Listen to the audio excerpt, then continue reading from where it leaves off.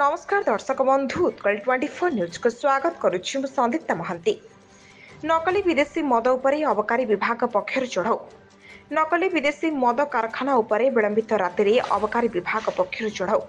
200 litre नकली विदेशी मद बहु विदेशी मदर स्टिकर जबत सह जनकु गिरफ करिछि अबकारी पुलिस।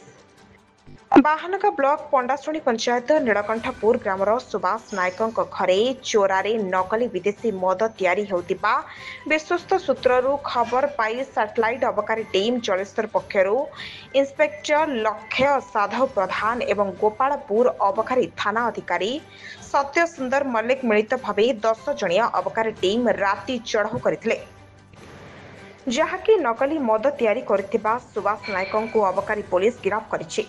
धरा पड़िथिबा सुभाष कहवा अनुसार अनंतपुर अंचलर विदेशी मद दोकानी एही नकली मद तैयारी पाई अति आवश्यक सामग्री जोगाई देथिले।